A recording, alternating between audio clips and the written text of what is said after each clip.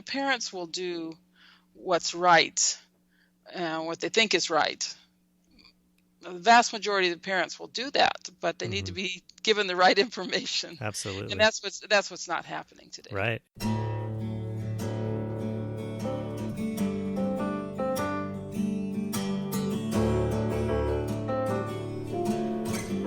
Welcome to the Kids Eating Broccoli podcast, where we believe that raising healthy kids shouldn't be complicated.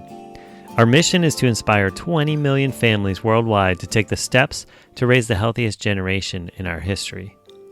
We'll interview some of the world's leading experts in nutrition, human potential, and children's health, as well as extraordinary chefs and foodies to gain insight into simple, fun, and creative ways to introduce natural health into homes across this planet.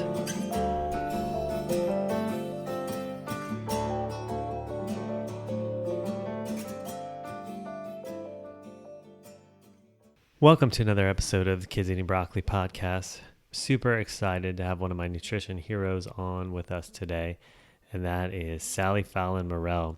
She's the founding president of the Weston A. Price Foundation and editor of the foundation's quarterly magazine.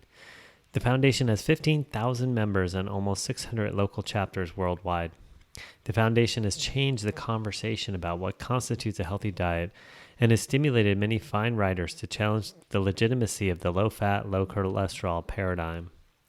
The foundation has also alerted the public to the dangers of modern soy products, especially soy infant formula. She also founded a campaign for real milk. That's www.realmilk.com. At its inception in 1998, the website listed only 28 sources of raw milk in the U.S. Today, there are over 2,000, with many hundreds more not listed. Raw milk is the fastest growing agricultural product in the U.S. This growth has been largely stimulated by the information provided at realmilk.com. She's also president and owner of New Trends Publishing, serving as editor and publisher of many fine books on diet and health, including other books in the Nourishing Traditions series. Her most recent titles are The Nourishing Traditions Book of Baby and Child Care with Thomas S. Cowan, MD, and The Nourishing Traditions Cookbook for Children with Suzanne Gross. Sally is also author of Eat Fat, Lose Fat, co-authored with Dr. Mary Enig, and Nourishing Broth, co-authored with Kayla T. Danielle, PhD. Her latest book is Nourishing Fats, Why We Need Animal Fats for Health and Happiness. Sally is a unique voice in the world of nutrition, especially for healthy kids and babies. And I can't wait to dive in and get her take and information that'll be beneficial to all of us who are working on raising the healthiest kids we can. Okay. Well, thanks so much for joining us today. We have Sally Fallon Morell on with us, and I'm really excited to dive in and learn from her. She's a wonderful expert in the field of nutrition. So thanks for joining us today, Sally. Oh, thanks for having me. All right. Well, I'd love to start our interview by having our audience get to know you a little bit. So if you could tell us maybe a bit about your, how you got to where you are, and then also a little bit about what you are up to these days. I guess a good way of describing myself is I was just a mom who liked to cook. But I was very interested in nutrition and health because I had some health problems of my own. And many years ago began reading everything I could and eventually stumbled on Dr. Price's book, Nutrition and Physical Degeneration. And that was the life-changing book for me. It actually confirmed me in what I was already doing. I loved French cooking. I'd grown up on Julia Child, and I was cooking with butter, and we were eating pâtés and all these wonderful foods, lots of eggs. And Dr. Price's book confirmed that this was actually the healthy way to eat. And so I just continued this as my family grew. My children came along. I did this experiment on them to see if this would result in children who were healthy. And in fact, it turned out they were healthier than I had been. None of them needed braces to straighten their teeth, and they were just extremely healthy on this kind of diet. Now, at the same time, we started to hear more and more stridently this message that animal fats were bad, that you should avoid whole milk, butter, cheese, all these wonderful foods. And in fact, in 1991, the cholesterol education program added to it that children over the age of 2 should be on low-fat diets. Wow. And by that time, I was working on the book Nourishing Traditions. I met Mary Enig, my co-author, and we just knew that this was genocide for our children, that they absolutely had to have these foods. And the funny thing is that my new book, Nourishing Fats, Mary and I wrote down the like an outline for that book 20 years ago. Wow. And it's just been a little card sticking in my little box here with this outline. And finally, although Mary's no longer with us, I was able to write this book. So, and the real focus of the book is on the animal fats, what's in them, why they're good for us, the history. It's really a sordid history of how they came to be demonized and what the terrible consequences of this are. All right. So there's a couple paths we could go there. Why don't could you tell us a little, I don't mean to make it too brief, but you mentioned, the focus of the book being on what the benefits are of all the animal fats. Could you touch on some of those for us? Okay, well, starting with the vitamins. Now, the USDA and the FDA say that animal fats are empty fats, and nothing could be further from the truth. Animal fats carry the 3 critical vitamins A, D, and K, that Dr. Price found were so high in the traditional diets. And you really cannot get these vitamins in sufficient quantities anywhere else. Vitamin A is critical for everything from fetal development to protection against infection. Vitamin A protects our ears, our eyes. Vitamin A is critical for neurological function. We all know about vitamin D, how it helps us have strong bones, but also has many other roles, including protecting us from depression. And then vitamin K is the X factor of Dr. Price. He discovered it. And it turns out that vitamin K is the critical vitamin that puts calcium in the bones and teeth where it belongs and keeps it out of the arteries where it doesn't belong. And we were chatting earlier about tooth decay. We now know what protects us against tooth decay, and that is vitamin K in the saliva, because when you have plenty of vitamin K in the saliva, that goes into the teeth. And we are seeing, and also vitamin K is critical for having the beautiful broad faces. If mom, while she's pregnant, is getting lots of vitamin K, the baby will have a round head and will grow up with straight teeth. And as we were saying, children today, so many are born with multiple orthodontic problems. They're mouth breathers. They're not getting enough air because their nasal passages are too small. And they have, as I say, many orthodontic problems. So that's one thing that's in animal fats. And there's special types of fatty acids, things that people haven't heard about, like glycosphingolipids and arachidonic acid, that play very important roles in the body. And then we have cholesterol. Now, it's true that adults can make cholesterol, but children cannot make cholesterol. And the ability to make cholesterol comes in quite slowly as the child grows. And the baby and the toddler and the child need lots and lots of cholesterol because their bodies are being formed. And cholesterol is critical for the formation of the brain and nervous system. And cholesterol is critical for the formation of the gut to give us a healthy, non-porous gut. And the 2 foods highest in cholesterol are egg yolks and liver. These should be babies' first foods. I talk a lot about this in the book, the absolute essentiality of a high cholesterol diet for growing children. So, okay, that's great. I each time you speak, I just, there's so many little bits in there. It's like I'm jotting down questions as fast as I can, and then I'm like, well, where do we go? So you mentioned vitamin K in the saliva for tooth decay. I actually hadn't heard of that before. What what's the best way for someone to make sure that that is occurring in their body or the body of their kids? Now, this is going to surprise you. So the highest source, sort of, I would say, normal, acceptable, popular source of vitamin K in the Western diet is aged cheese, particularly if the cows are pasture fed. They will have a lot of vitamin K in the butterfat of their milk, and then more is created during the fermentation of the cheese. So aged cheeses are a superfood for kids. Kids like them. And, there's also a lot of other good things in cheese, like calcium and so forth. But, of course, cheese is demonized. On our farm, we make our artisan cheese, and occasionally at the farmer's market, we'll get someone who says, "Oh, I would love to eat your cheese, but my cardiologist would kill me." And our response to that is, eat our cheese and you can attend your cardiologist's funeral. Right. But anyway, the Dutch researchers back in the late 90s found that the vitamin K in foods like cheese, it protects our arteries because it keeps the calcium from building up in the arteries. Other good sources of vitamin K are duck and goose liver. So think of the French eating their pâté. And duck and goose fat, which were very popular fats to cook in and to use traditionally.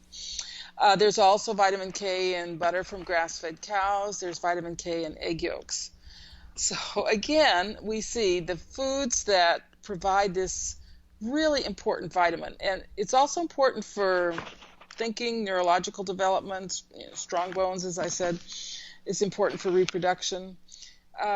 It's in the foods we're being told not to eat. The foods that were sacred to traditional cultures are being demonized today. And what are some good dietary sources for getting sufficient vitamin A? So vitamin A, of course, the key source is liver. And also egg yolks, again, two good foods to give to babies. Animal fats, butter. Butter's a great source, butter and cream. Vitamin A, it has to be in the milk or you will not absorb the minerals in the milk. You need vitamin A to absorb the minerals in the milk. And here again, even up to the Second World War, Americans were told to eat liver once a week. And if they didn't eat the liver outright, they were eating things like scrapple, pate, even the hot dogs and sausages had liver in them in the old days. And they ate liverwursts and things. Now we're being told not to eat liver, that we'll poison ourselves with too much cholesterol or too much vitamin A. And that's really a shame because liver is the most nutrient-dense food there is. It's a fatty, high cholesterol food. And it's the best source of vitamin A in the human diet. Now, I know over the years I've heard of some of vitamin A being a little bit demonized, a little bit, in that you have to be careful not to get too much or you can have too much. So tell us a little bit about the reality around that. I have a friend who's a dietitian, and she said when she went to dietitian school, the one message they were all given was don't eat polar bear liver or you'll poison yourself with vitamin A. And it turns out that the explorers who ate the polar bear liver and got sick, they ate the polar bear liver at the wrong time of year when the Eskimos would never eat it because that's a time when there's toxins in the polar bear liver. Polar bear's eating some kind of moss that's toxic. So it wasn't the vitamin A at all. Yes, you can get too much vitamin A, you can get too much of anything, but the level that's toxic is way higher than what they're saying. And we know from a lot of research that if you're getting vitamin D at the same time, you can actually eat lots and lots of vitamin A and not have a problem. Vitamin A and D need to go together. That's why we need to get them from foods. So one of the things we recommend is cod liver oil, especially for pregnant women and growing children. And cod liver oil has both A and D, and it's actually, here we have another animal fat, cod liver oil. Right.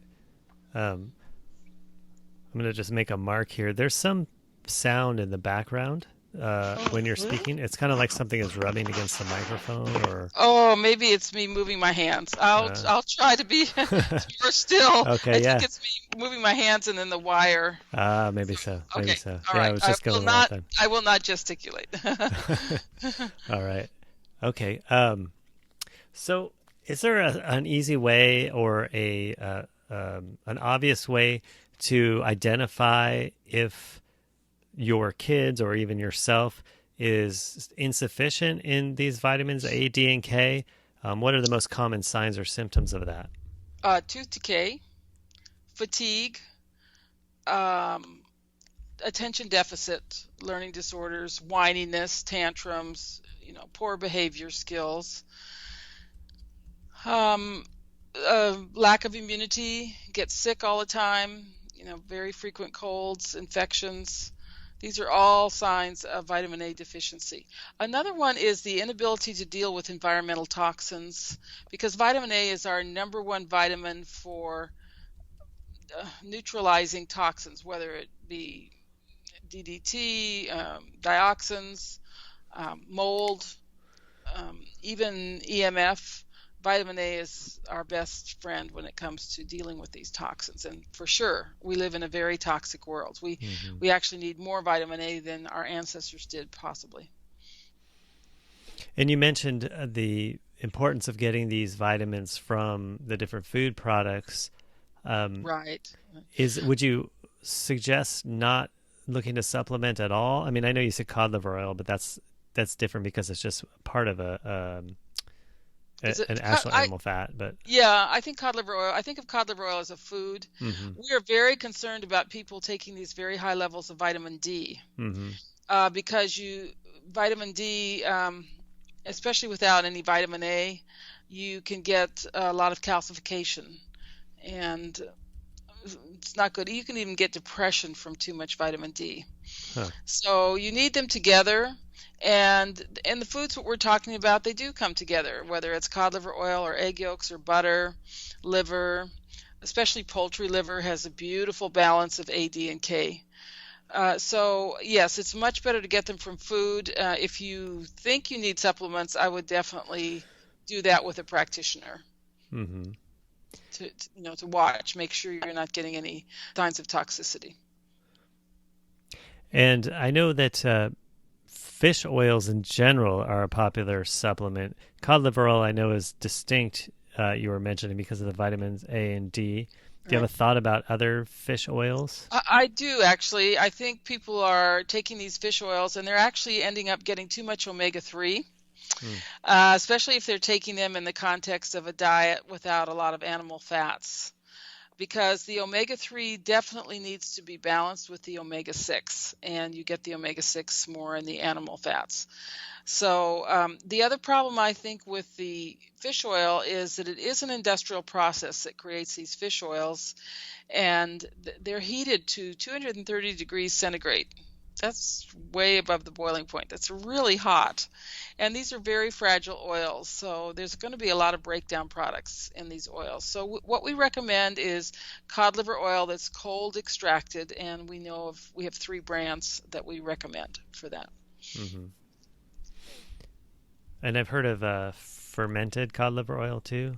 Right, that's one of them, and that's where you extract the oil by fermentation. And I personally have really benefited from that cod liver oil. Even though I was taking cod liver oil before, when I started on the fermented, I had a lot of vision problems that cleared up right away on the fermented. So I am partial to it, but there's 2 other brands that are also good.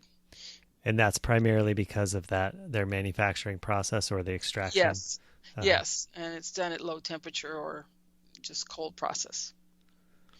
So that list of things that you mentioned about signs of deficiency of vitamin A, that's basically, I mean, I'm a chiropractor. I'm in practice. I work with a lot of families and kids. And, if children come in and they don't have one of those things you mentioned, that would be the exception to the rule these days, right. Yes, and exactly. So it's sort of profound to consider that these things, if you don't understand how these vitamins work in our body, that they seem, very different. Tooth decay versus low immunity versus poor behavior versus, a Yeah. hard time paying attention in school. Right, and skin problems also can be a sign of vitamin A deficiency. Uh, Overall, our population is extremely vitamin A deficient. Not only are we warned against the foods that contain vitamin A, the dietary guidelines are almost completely devoid of vitamin A, but we're also told that it's dangerous.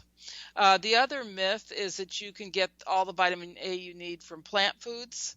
And this is something I take pains to explain to people.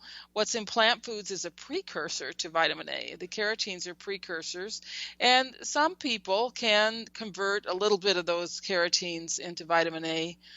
But certainly it's a very laborious process for our bodies, and you cannot get adequate vitamin A through this process. And about half the population cannot make that conversion at all. They just don't have the enzymes. So it's just really essential that we get back to these nutrient-dense foods: the whole milk, the cheese, the butter, cream, liver, egg yolks, cod liver oil, oily fish. Um, these are all just so important in the diet. Makes a lot of good sense to me. What you mentioned with the vitamin K, and I guess some of the other things, and I'm somewhat familiar with the work of Weston Price and some of the sort of foundation that you mentioned. You have, and I know that in his work, and it sounds like in your, you've carried that on with the sort of the raw milk and some of these things. And I just think of, there's a lot of popularity, I guess, around sort of the primal or the paleo method of eating, or eating like our ancestors did pre-farming.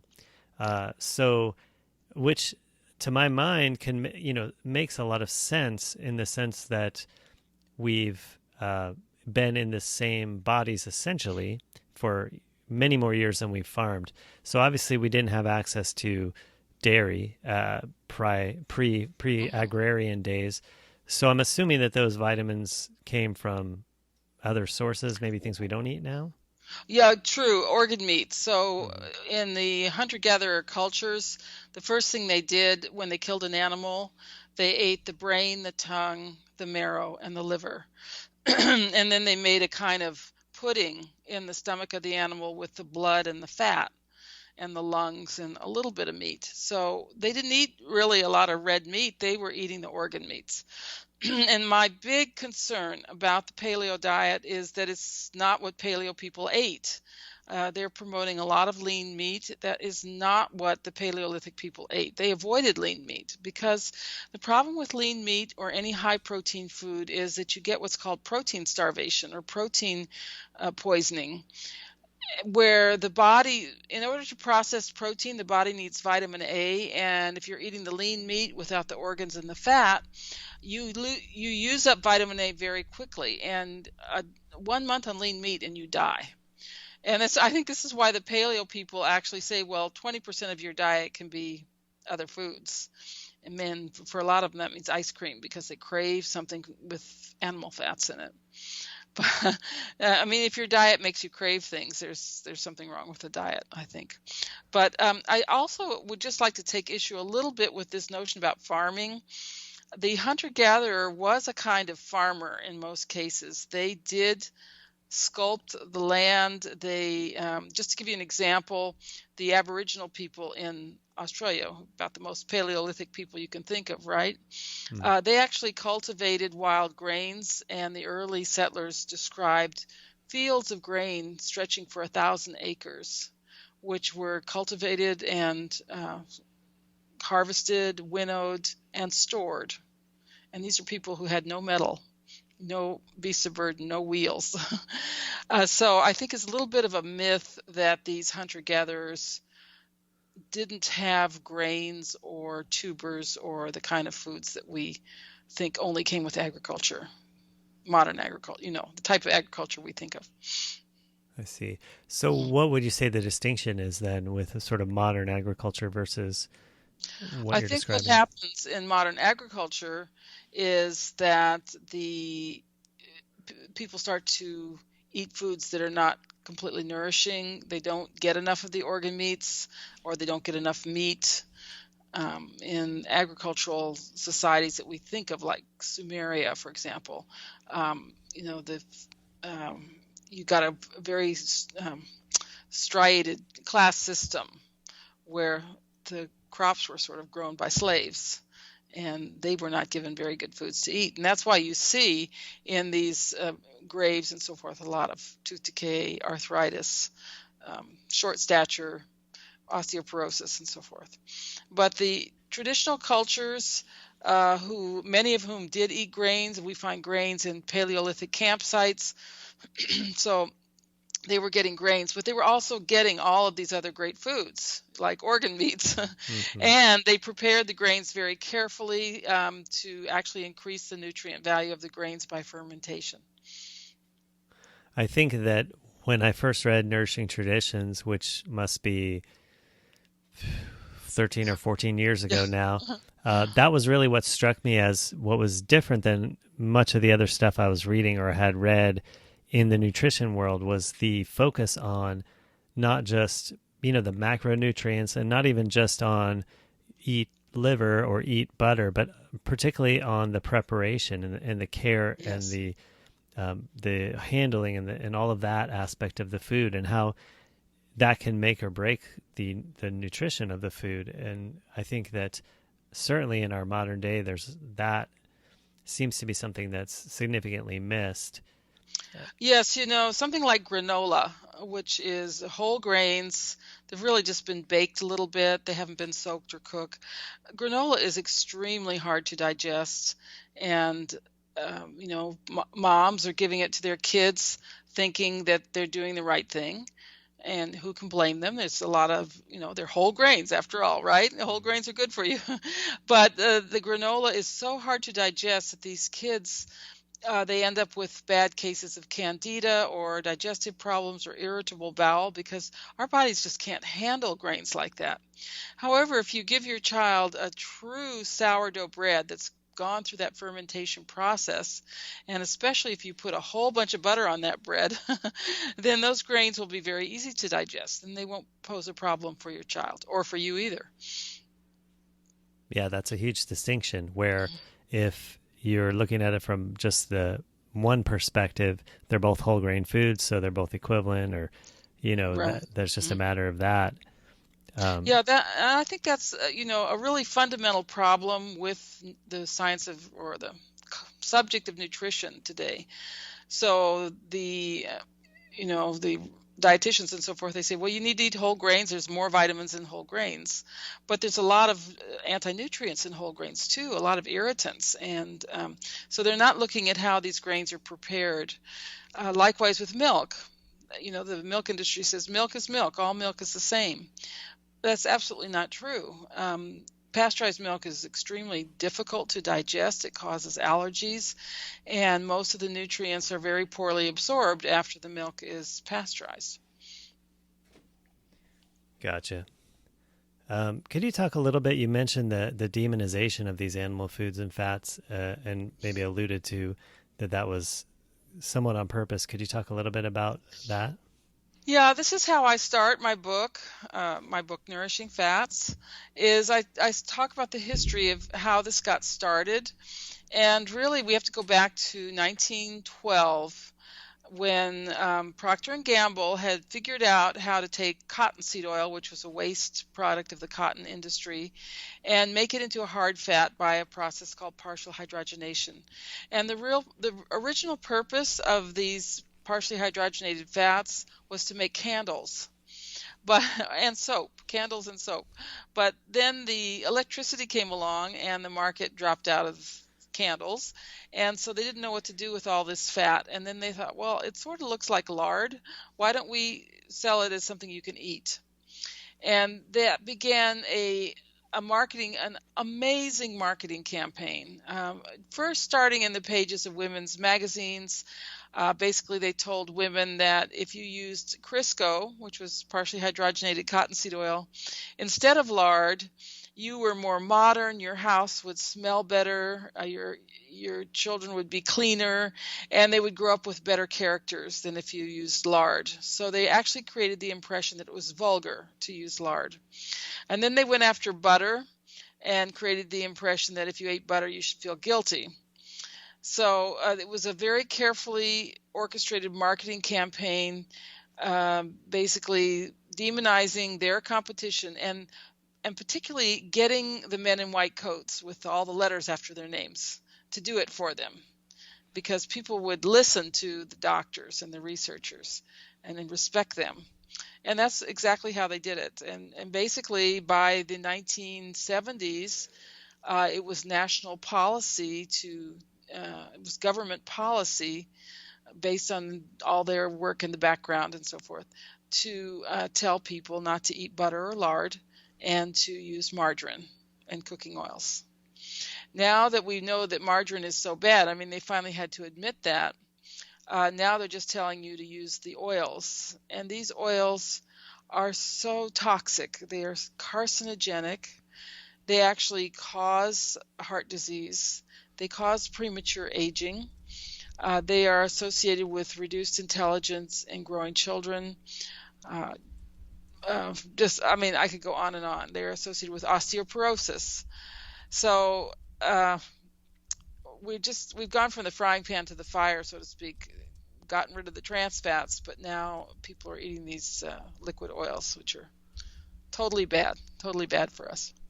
So you're meaning what is typically called vegetable oil or soy oil or those kind of things?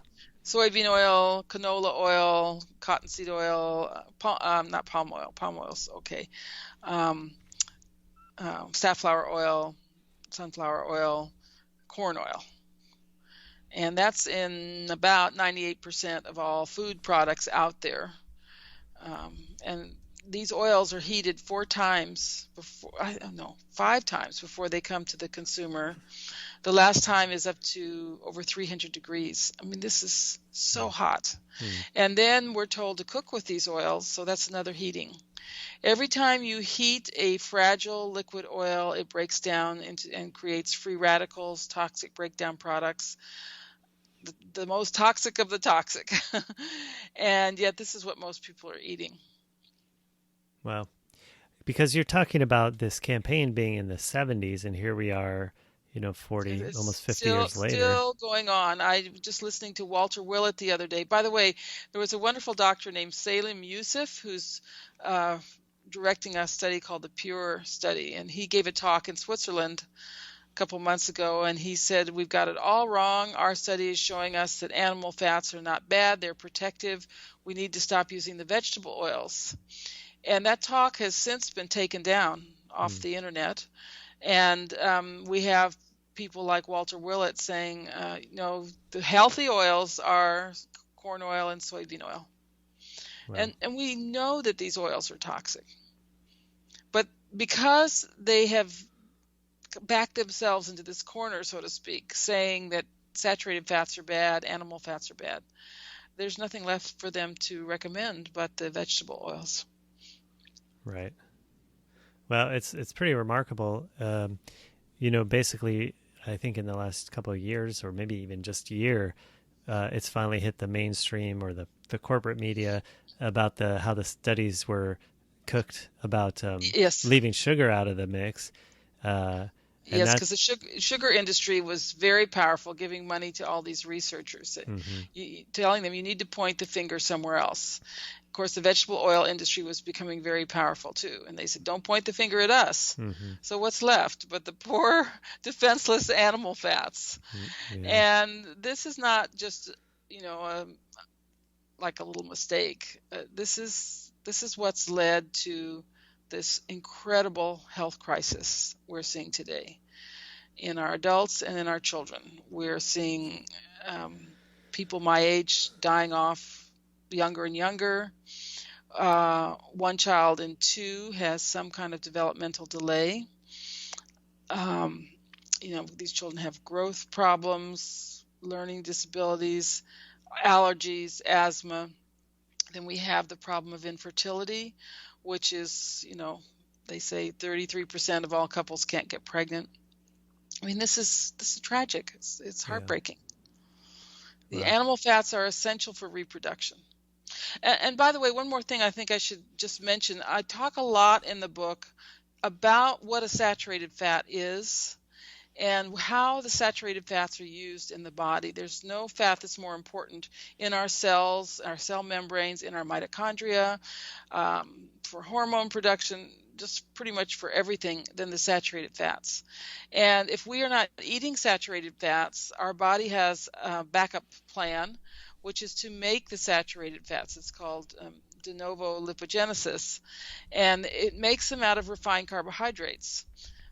So if you are not going to eat saturated fats, you will crave carbohydrates. And really the only way to Hmm. get off those carbs is to allow yourself to give yourself permission to eat the fat on the meat, to eat butter, to eat bacon, full fat cheese, whole milk, and so forth. Because then your body will have the fats that it needs and you won't be craving the carbs. Wow. So, um, I guess next I'd love to touch, just because we mentioned some of those vegetable oils that are in the toxic category that cause all those problems. And I noticed that some of the popular ones these days you didn't mention, namely olive oil and coconut oil. Could you touch on those a little, please? Right. And actually, the ones I mentioned that are toxic, I would call those industrial seed oils.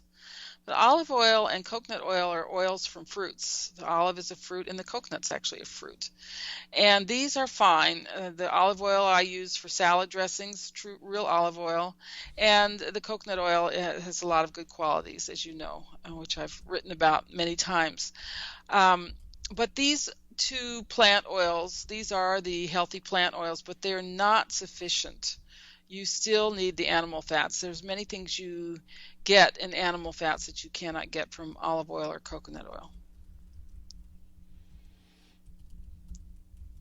And well, that's good to know. I know that there's a lot of move towards. It seems to be becoming more popular. This idea, I think, branching off of the paleo movement Hmm. into like a ketogenic movement, Hmm. where people are looking at a high-fat diet.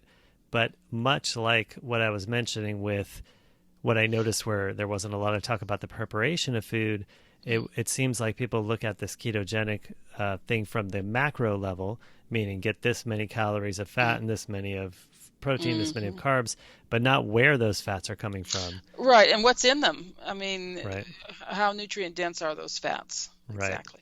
Yeah. So coconut and olive, not toxic, have some benefit, but B- still But have not lots of sufficient. Yeah, not on their sufficient. own. Yes. And, I finish up my book with a chapter on butter. I can call it Why Butter is Better. And I list all the things in butter that we need for good health, some of which we haven't even talked about. And butter in nature is the fat for growth. And it's the fat that goes to all babies, all children while they're growing. How can it be bad for us? Right, you know, right, it's in all mammalian milk. right. Makes total sense to me too. And so, speaking of babies and our growth and development, could you touch a little bit more on the importance, or what would be ideal for, say, a woman or even the couple who is planning on getting pregnant, and then maybe even the woman who is pregnant at this point? What are some things they could really focus on dietarily? Well, we recommend that people do what primitive people did, which was to prepare for pregnancy. And in many of these cultures, for 6 months before marriage, there was a period of special feeding. Or, as in the case of Africa, the marriages could not occur until the rainy season came and you had green grass for the cows to eat. So the milk would be much more nutritious. So we recommend this for at least 6 months.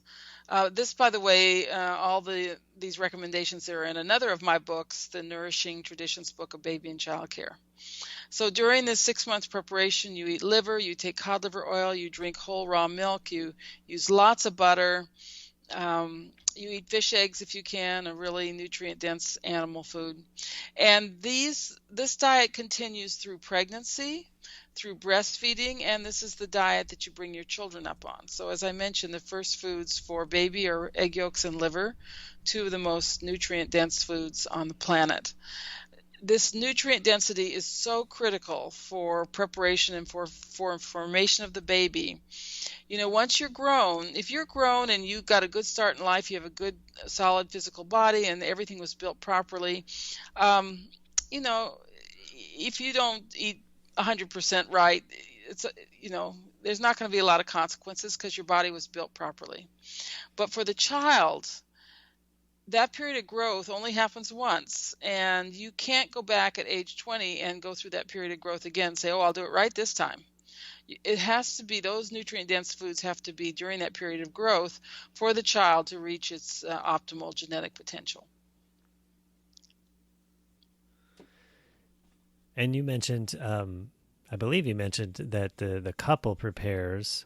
Yes. And not just the mom. Not just the mom. The man also eats these foods because the quality of his sperm will be determined by his diet. And there's numerous studies that show us that.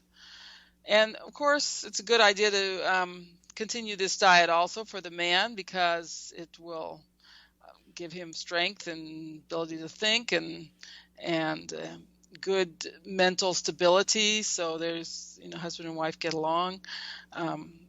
It's just critical for the whole family. And, we've had hundreds of babies born according to these principles. Many of them are in our Healthy Baby Gallery on our website. That's westonaprice.org. So it's really very inspirational to see these babies. They typically have round heads.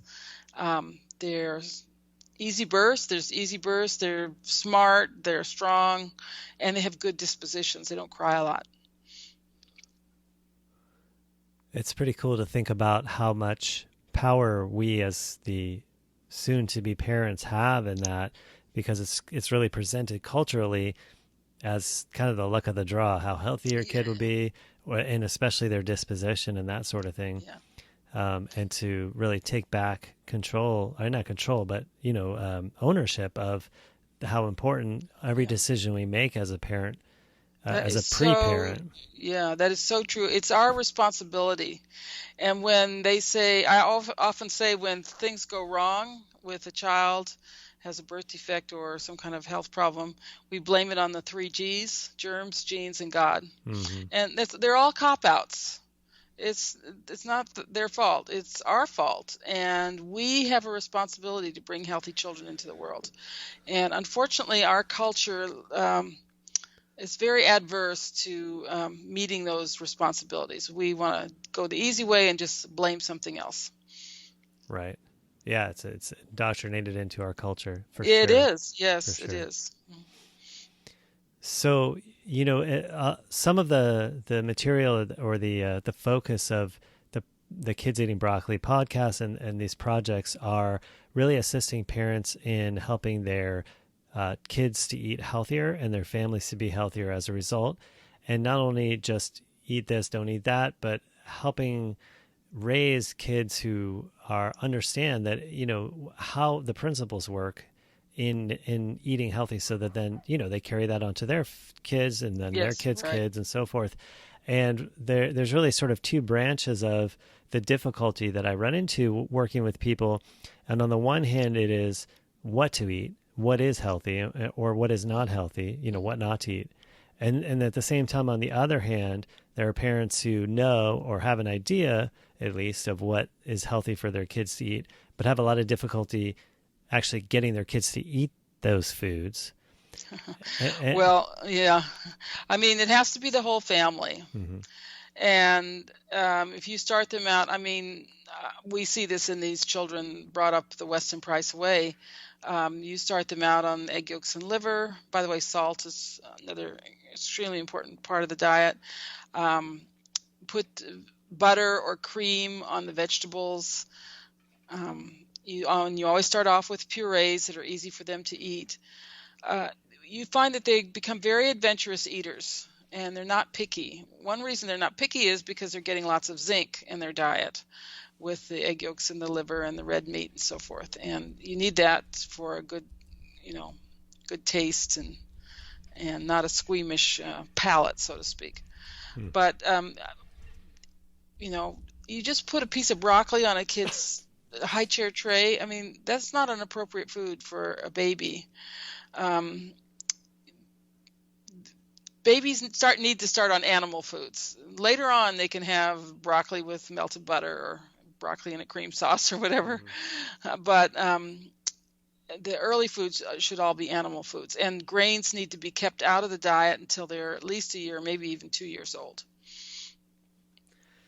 Well, one thought that was going through my mind also as you're kind of repeating some of these same foods over and over again is that if that's what most parents had in mind as being the most important healthy foods, I mean, maybe liver aside, but all the others, egg, butter, cream, cheese, that would be easy to get kids to eat that stuff. Yeah, I mean, in a lot of absolutely. cases, that's what they would want to eat. And it's only sort of these other concepts, perhaps, that they have a hard time And they love the liver. You puree that liver, put some butter in it and salt. They love it. I have this really cute video of my grandson eating liver. He's just kicking his feet with joy.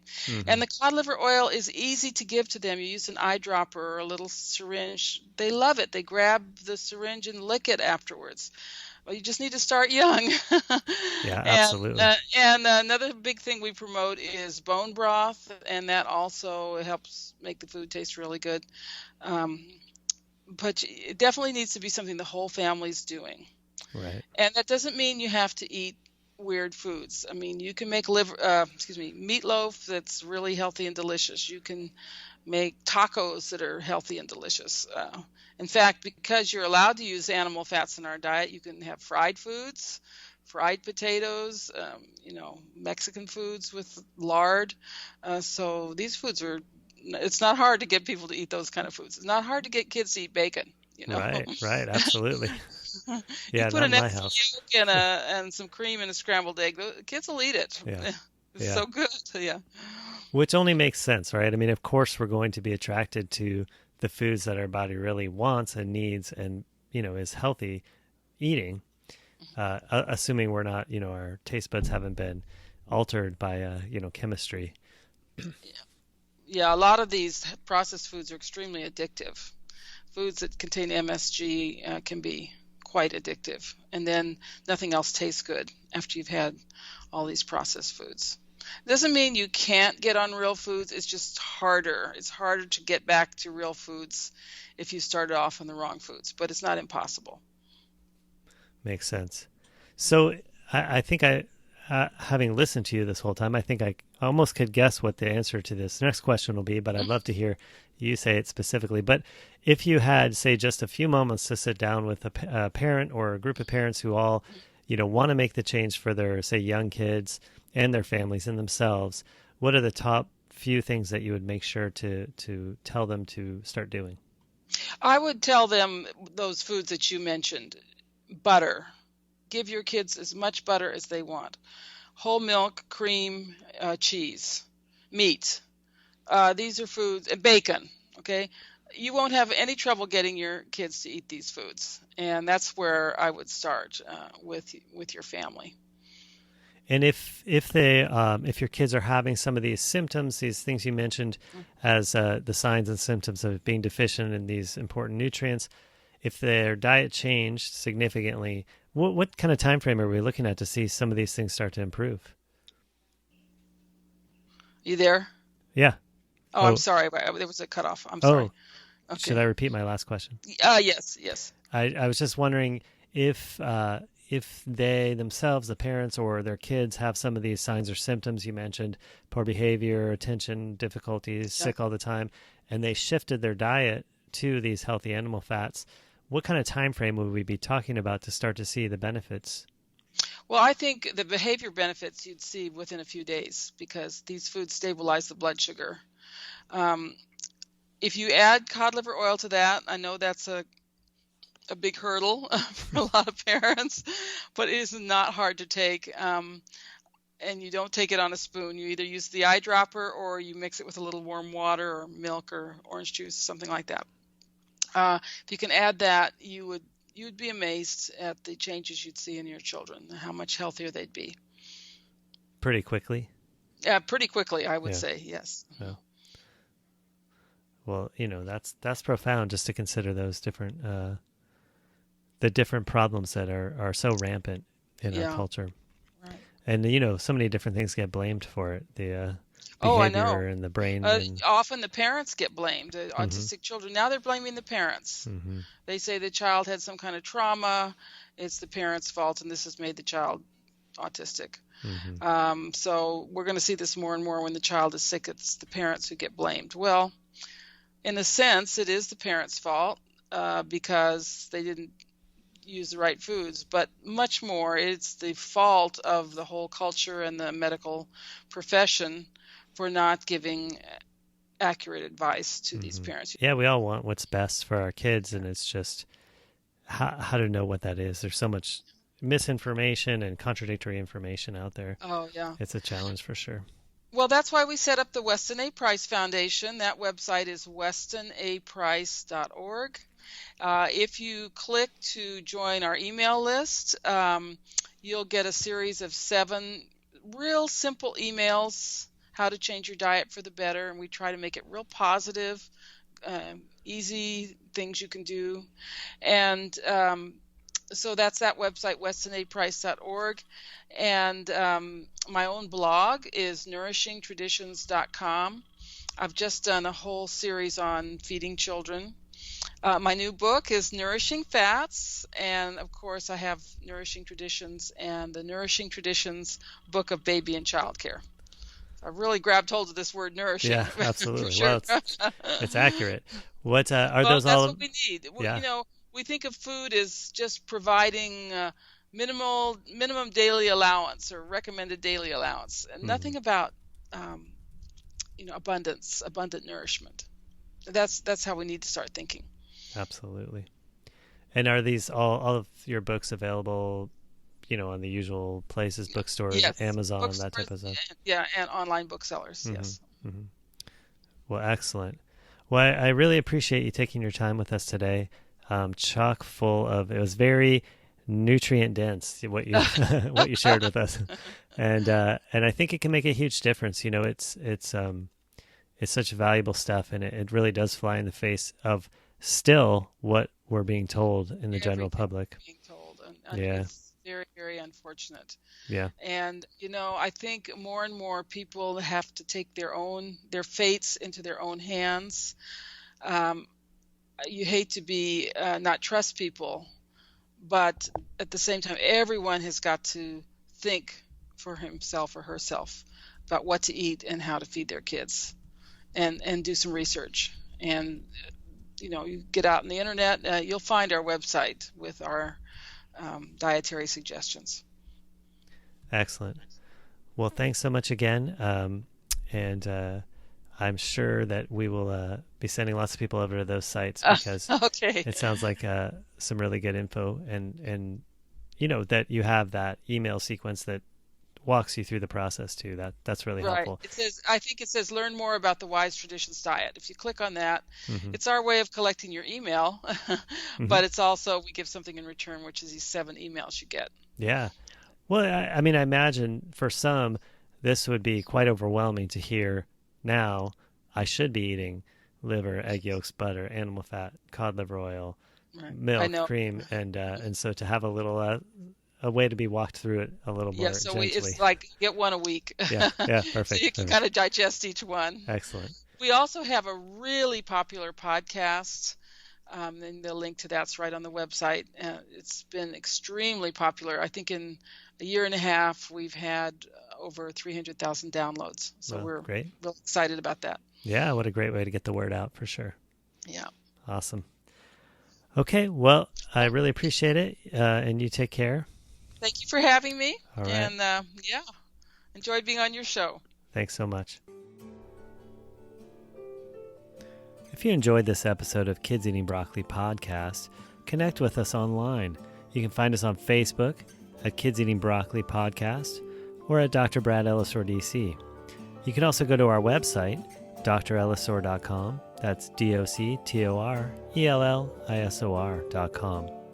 Go to iTunes and leave us a review and a rating, or on Stitcher. And be sure to keep in touch with us so you can hear the next episode. Sign up for our mailing list or like us on Facebook. You guys take care now, and let's make the next generation the best generation.